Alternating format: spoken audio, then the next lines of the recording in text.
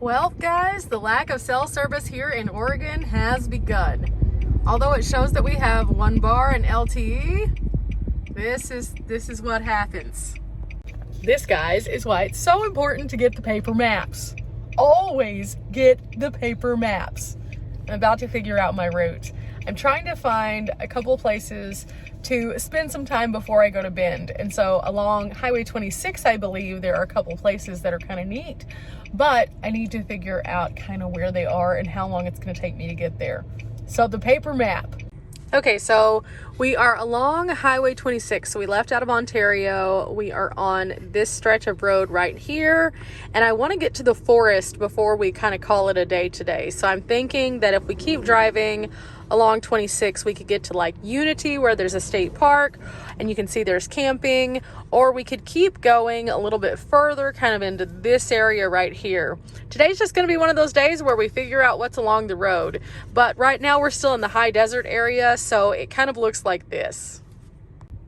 Fields and fields like this with some rolling hills kind of in the distance. Now, in addition, the high desert is actually warmer right now than some of the other areas. So I'm trying to get to a nice shaded space so that I can enjoy myself just a little bit, especially considering that I drove through 7 states in 48 hours. If you didn't check out that video, do it. I show some beautiful views. I have some thought-provoking moments along the way. And basically, you get to see the insanity of what it is to drive almost 1,400 miles in 2 days. Wow, what was I thinking? I drove 11 hours one day and like 12 the next. But I am finally here, so it's time for us to start exploring. So I think we can just keep going straight on 26 for just a little while. Okay, so I'm gonna put this right back in my bag with all of my other really cool stuff that I picked up at the visitor center. Stopping off at the visitor center is always so important because it does lead you in the direction of figuring out where you're going. You can pick up your paper maps, and then also they suggest some super cool stuff. So I have tons of cool things that we're going to be doing while we're here in Oregon, and I can't wait. I'm just so excited to be back. It's been a while since I've been here, and we have some great things that we're going to be doing while we are here. We're going to be meeting up with Dawn from Dawn of Van Life. We're going to be meeting up with Gina from Van Life with Gina, and then we're also going to be meeting up with our friend Casey, who doesn't have a YouTube, but we met her whenever we were in Quartzsite. So I'm super excited. And along the way, I'm going to be going to a mountain house retreat, descend on Bend, and running into some of my regular friends. In fact, Riley and I are going to be doing a lot of traveling together while we're here in the Pacific Northwest, and I think Dee is going to join us along the way, and possibly a couple of our other friends. So yay, it's going to be super fun. But right now, we just need to get on down 26 and figure out where exactly we're going. Now, cell service is not going to be great through the entirety of my time here, and I kind of knew that going in. I do have my WeBoost with me, so I will be popping it up to see if we can intensify any of that. But at the same time, whenever you come to a state you're not familiar with, always have that backup plan, which is why I say get the paper map. Just going to keep harping on that. Let's go see if we can't find some forest.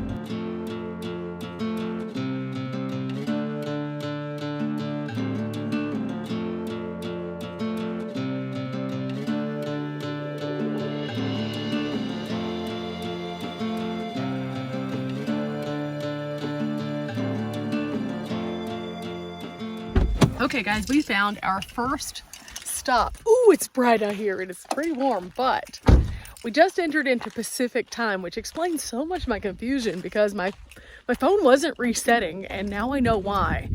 But over here we have the high desert. In front of us, we have something really pretty.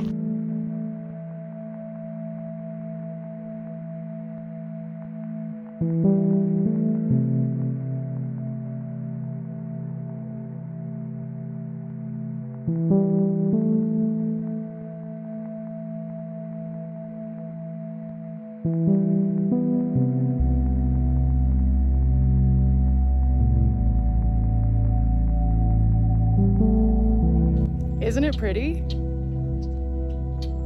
There's so many birds and they're all chirping. Wow. Yeah, this is a good stop. It's just really nice.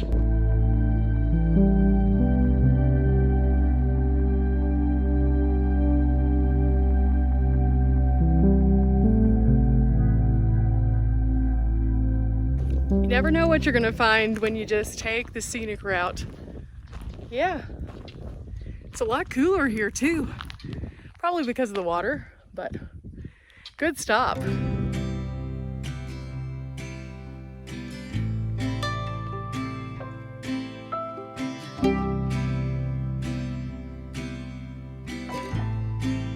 Okay guys, I found us another pull-off. It's right here in Unity, and as you can see, there's a couple signs here, and then there's also a little bit more information right over here. So let's see what these are. The first one talks about the historic El Dorado ditch, which was a part of this community from 1863 to 1825, it looks like. And you can see there's a little map right there that shows us kind of where we are versus where this would have run. And it says here that at the time that it was constructed, the ditch was a pretty big deal. Now, according to this, it was started in 1863 and completed construction in 1878. It was built entirely by Chinese workers in this area, and this ditch had a lot of different functions. See, the ditch was designed to carry water from one place to another, but according to this sign over here, actually the miners decided to divert it away from the community itself, so it only started to benefit the miners. Well, that all changed. They took some dynamite and blew it up so that they could re-divert it back toward the regular everyday people here in the communities, because they needed water too. And I can see why, because again, we were in the high desert area. It was pretty hot and dry in those areas. They would need water. And so that's kind of interesting. It says here that they never fully recouped the cost of construction for that either. So that is an interesting story that tells us a little bit more about the community that we're in, but let's go find out more. We have a nice little seating area, and then right here we have some historic photos that look really fascinating. Now it looks like this is the city of Unity, and it said here in 1891 that the original homestead was founded in this area, and then from there it started to grow and evolve. So these are photos throughout time in Unity. So this is kind of neat to see, because like here you can see it in 1993. There was a motel here in 1948 that was a log cabin, kind of neat. Here is the Burnt River Cooperative Creamery, and really neat stuff. Unity School right here. This is what their water tower might have looked like at one point in time. Now, after it was founded, a series of booms kind of happened in this area because of mining and because of people moving to this region for various aspects. There was actually a U.S. Forest Service area also that was once here, and it actually closed up and moved out because they started the downsize in 2002. They fully kind of pulled out in 2009. So the ranger station, when it was closed, kind of was the final piece of a much larger picture of the downsizing of this community. However, there's a lot of people who still live here, and it's a quaint rural community, very cute, and I really like how they're celebrating their history through signs like this. Communities everywhere should celebrate their history. It's fascinating, and as a person who travels around, I really appreciate when they share them with the public like this, because I get an idea when I'm passing through what once was and what now is, and the people who are still here, they still matter because they want to keep their history alive. So really super cool. Again though guys, this is why the brown signs are so important. I saw this and I pulled over immediately when I did. Again, brown signs always lead to interesting destinations. We're not finished yet though. We're still pushing forward just a little bit further.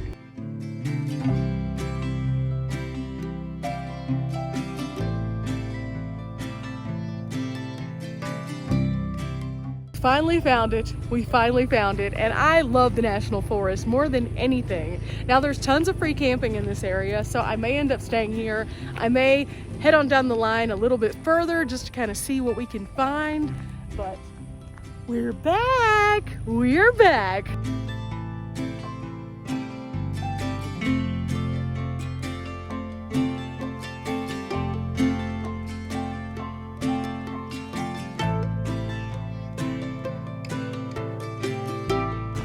Now, I do have one more goal for today though.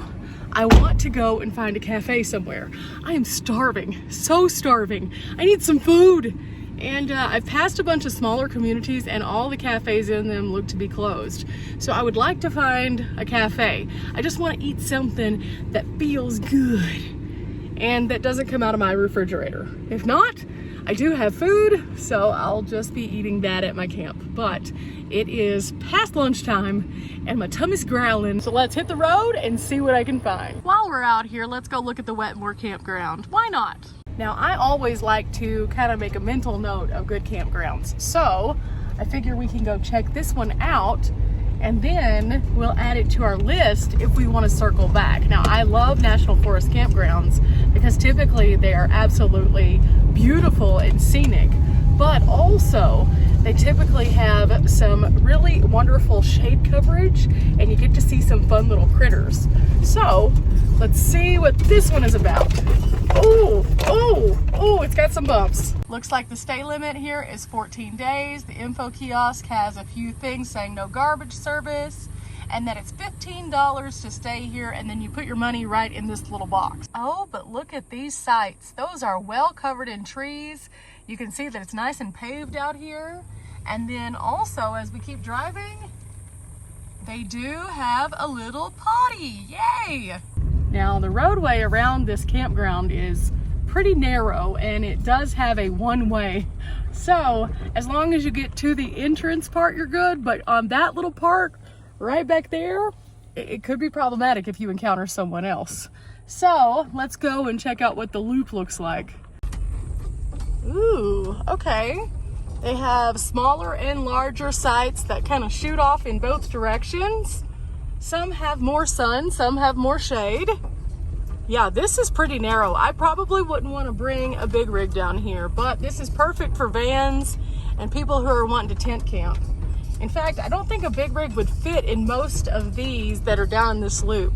They might at those ones at the very beginning, but not this loop. And then I think this is like a cut through over here, but we're gonna keep going this way. Now, I am here on a Tuesday and I am yet to see a camper at all. So that's interesting.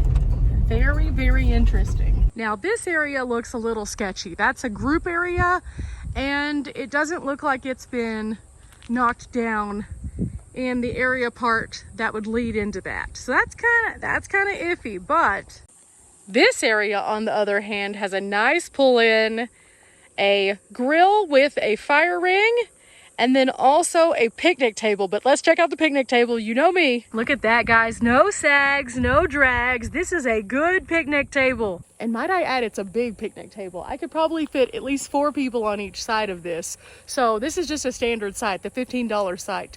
That is very good. And I just discovered there is another loop right over in this direction, kind of opposite of where my van is. So there's even more campsites. Should we go down there and see if there's anybody here? Maybe. But before we do, whew, this is nice. I can only hear the bugs and then my engine, even though the road is technically just kind of over in this direction, right over this way. Okay, there's site 4 and then the loop. We're going up. Again, this is narrow, but this feels a little bit less narrow than that other side did. Let's see if this has another setup kind of like the other one. We seem to be climbing, like considerably, like much more than the others. And as we do, it's more sparse with the forest part, and it's leading us back out to the highway, I believe. So this is in fact the exit. Okay, so that lower loop is the only loop. So we're gonna note that for next time. Now you might be asking yourself, why did we just stop there? Well, I do that a lot because I like to know kind of what's available to me, and then I usually file them in the Rolodex of things, of possibilities. So that way if I'm in this area again, I will know where it is. Also, if I decide to stay in this area and just go up here a little ways and decide to double back a little bit, I can always go back to that, and now I know exactly what it is. Now there's lots of free camping in this region also, so we're going to check out a few of those options potentially too. Another national forest campground. This one's yellow pine, and this big pull-off I can say would be larger vehicle friendly, but this isn't necessarily part of the campground, it's just a pull-off. So let's go see what the difference is. Already I can see that the road in is looking a little more primitive. It doesn't look like it has as much pavement. It is gravel, but it seems to be pretty smooth.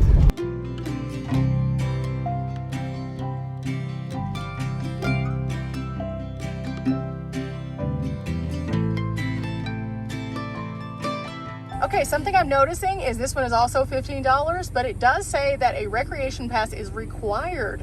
So there you go. Now, I do have an America the Beautiful pass, so I believe that is covering this campsite also, but you still have to pay, of course, the camping fee itself. So let's get moving. This is a one-way loop, and this one appears much larger when it comes to the size of the road itself. You could definitely get a bigger rig in here.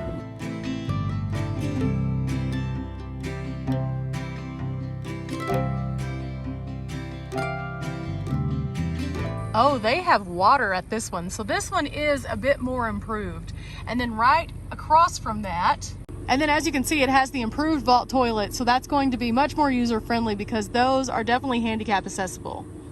Speaking of larger rigs, I see one down here. So these sites are definitely better. Although this road is bumpy, guys. This road is definitely bumpy. Here though is another water spigot right here.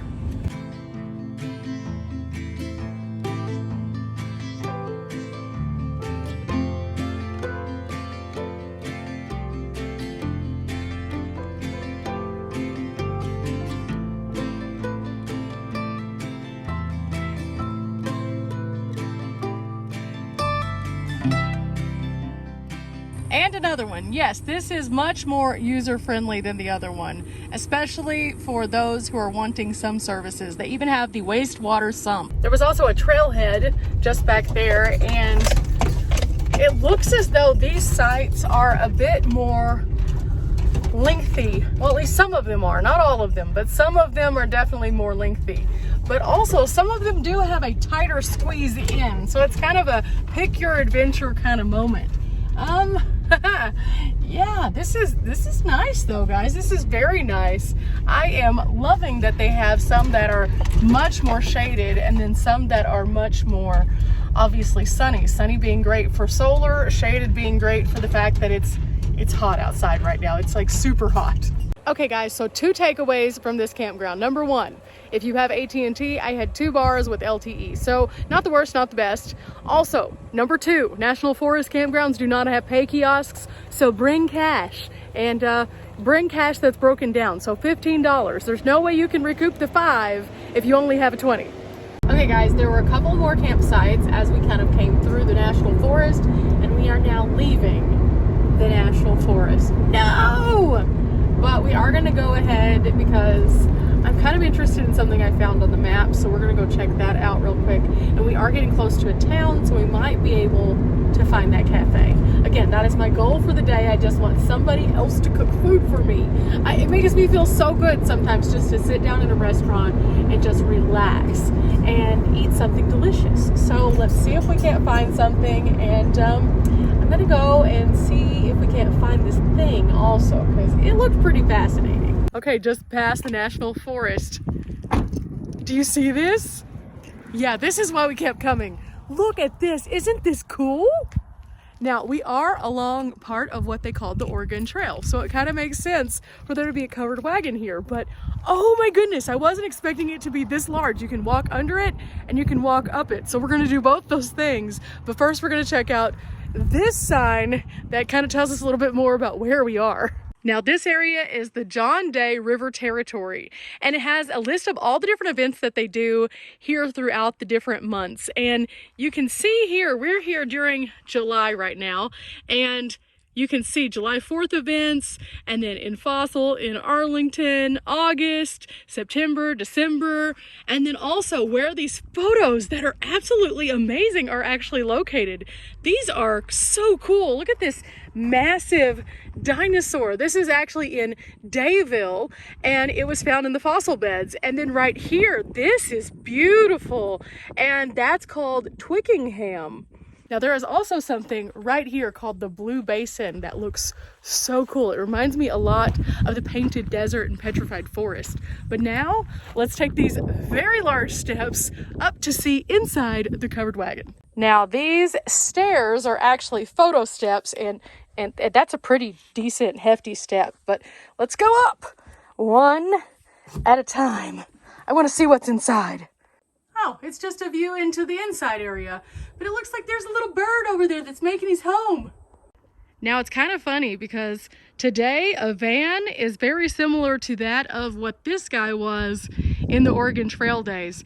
It carries literally everything that we need for us to make an incredible journey, but standing next to this guy, which of course is not true to scale, it is wild to kind of put those pieces together. And in such a unique place. This place is actually quite beautiful. You can see how the mountains kind of cap in and make this nice plains area. There's prairie grass everywhere. And if you take your time, you can kind of think back. Now, of course, there were people here before the settlers came. There were the first people, or the First Nations, or also known as indigenous people, who were living in this area already. But can you imagine the first settlers coming into this area in these kind of vehicles? These old school van life vehicles. I can't imagine what it would have been like to come over some of those passes because the roadways were not there like we were just there. In fact, I was saying some of those campground roads were bumpy, but that was still a roadway. These guys were cutting it through these ruts that others were kind of paving before them, or if they were the first ones, they were the ones making the ruts. In fact, some of those ruts can still be found to this day. Now inside there is a map so we can kind of figure out where we are in comparison to where we're going. And then also there's some local businesses and some information about Prairie City, Oregon. And then also some more information about the national forest that we just came out of. In fact, I was just telling you there are tons of other campsites. It says here there are 35 designated campgrounds in the national forest in this section. So that's pretty cool. Not to mention, it says that they do have both summer and winter activities, including hiking, fishing, and then also skiing. So many neat things. And you get some views of some of the beautiful places like Strawberry Falls. I'm gonna have to look that one up in just a minute, guys. Now on the map it says we are here, and then this is Prairie City, which is the next city that we're going to be in. And Prairie City has Strawberry Mountain Wilderness area, it looks like. And then kind of as we keep kind of following the John Day River, we're eventually going to come to John Day right here. And there is a heritage site. Now then we could go either south or we could keep going west just a bit and we would hit Mount Vernon, or we could come to this beautiful area, which looks like it would be fabulous during fall. It looks like John Day is the largest city in this area and they have food, yes! But Prairie City also has food, so I'm thinking we're gonna find ourselves a nice place to eat.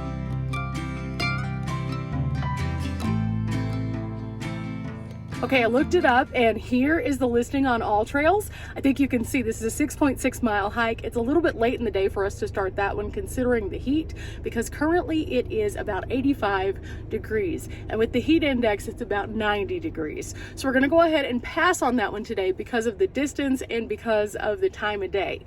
But, oh my goodness, it is beautiful and something that, again, we're gonna make a note of. Now this will be a great hike that I will eventually have to come back and do for sure. And I want to share this with you guys because if you come here either earlier in the day or during a cooler time of year, then that would be so fun. Not to mention the lake looks gorgeous. Guys, I just pulled up to the diner that I saw advertised and it's closed right now. Today is not my day. Some days.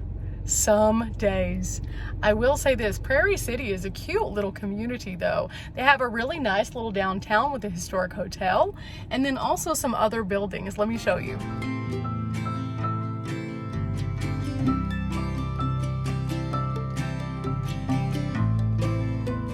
Now it did look like they had a Mexican food restaurant that was open, and while I usually love Mexican food, I I didn't know if that was the best thing to have for lunch today. You know, sometimes you just kind of have to make a judgment call, and I wasn't feeling it today.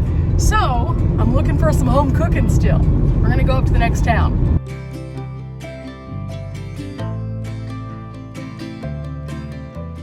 Okay guys, we found some food. Yes. Okay, we're in John Day, so I'm gonna go into this place and see what they have. Guys, there's a lot of options here and they all sound good. I am so in trouble. Oh my goodness, this is the baked mac and cheese with jalapeno bacon. And it's huge. I can already see a box in my future. This is gonna be good, guys. Oh my gosh, guys, 1188 Brewing, so good. I am now a new human again, but I had to get a to-go box because that was way too much. I was able to eat about half, and that was the half order. So, needless to say, guys, that was a good value for money. It was under $20, and even with tip, it was under 20 bucks. So now, I need to go into a little bit of a food coma, and I want to show you something. Inside the van, it's 119 degrees. Now, we talked about this curtain and how I didn't know how it was going to work. When it gets super hot, this adhesive is having some issues, but we're still on the trial phase, so just going to push it back into place and really work it around. With that said, guys, I'm going to start up the van. I'm going to close out this video and I'll pick it up with you guys on my next upload. I hope you've enjoyed coming along with me just to kind of see Eastern Oregon. It's kind of a cool little happy scenic drive with lots of different places that we can stop off. You never know what to expect whenever you're going through a state that you haven't really explored that much. And as you can see, there's a lot of history here. We traveled along portions of the Oregon Trail. We learned about some of the mining towns. And we saw a lot of really interesting portions of the high desert. But now, it is time. Until next time, guys. Bye!